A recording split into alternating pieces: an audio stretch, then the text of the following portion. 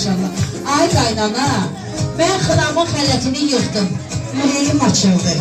İndi görək sənin gəlinimin də əlləri açılır, yoxsa yox. Deyək, bal tutun parmaqların, abad olsun oynaqların, ot tutun yanaqların, aç əlimi Fatimə, açırsan əllərimi. Yox, əlcə verirsən, aç.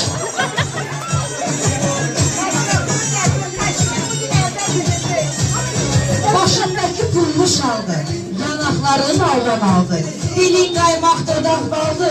Aç əlimi Fatimə, açırsan, açmırsan, hara açırsan, qoy qaynana, kaşlokun sumkanın ağzına. Bütün gəlinlərimi öyrədirəm, versin açın. Ay maşallah, alışlayırıq. Bulayın açıldı Fatimə sən. Əsr zamanə gəldi, alışlayırıq, açın əlini ya. Eyvah, süper, sen çöreği tapacıysan Fatimə. Eyvah, qaynana bankrot oldu.